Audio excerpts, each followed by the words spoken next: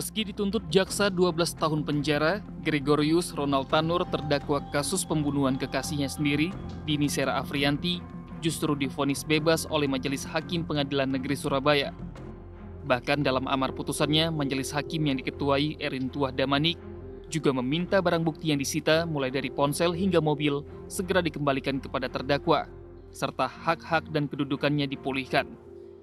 Hakim meyakini Ronald tidak terbukti melakukan penganiayaan yang berujung kematian Dini. Membebaskan terdakwa oleh karena itu dari seluruh dakwaan penuntut umum di atas. Memerintahkan terdakwa dibebaskan dari tahanan segera setelah putusan ini diucapkan, memulihkan hak-hak terdakwa dalam kemampuan, kedudukan dan hak-hak serta martabatnya.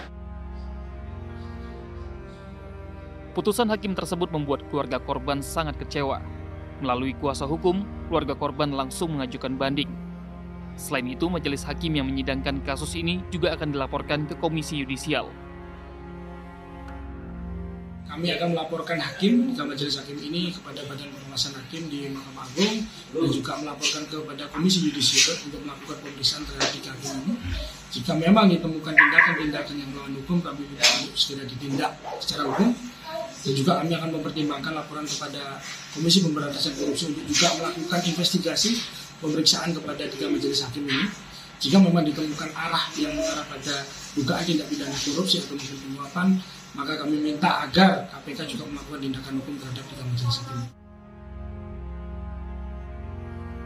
Tak hanya pihak keluarga, netizen pun dibuat geram oleh putusan majelis hakim. Banyak warganet yang menduga ada permainan hukum di balik vonis bebas Ronald Tanur, karena Ronald merupakan anak seorang pejabat. Diketahui, Ronald Tanur merupakan putra anggota DPR RI Edward Tanur. Nama Edward Tanur pun ikut terseret akibat ulah anaknya yang diduga melakukan penganiayaan hingga berujung kematian Dini Sera Afriyanti. Peristiwa itu terjadi pada Oktober 2023 di salah satu tempat hiburan malam di kota Surabaya. Petugas keamanan menemukan korban tergeletak di area parkir dengan bekas lintasan mobil di tubuhnya. Korban yang tak berdaya dibawa ke rumah sakit, namun nyawanya tak tertolong. Dari Surabaya, Jawa Timur, Tim Liputan RTV.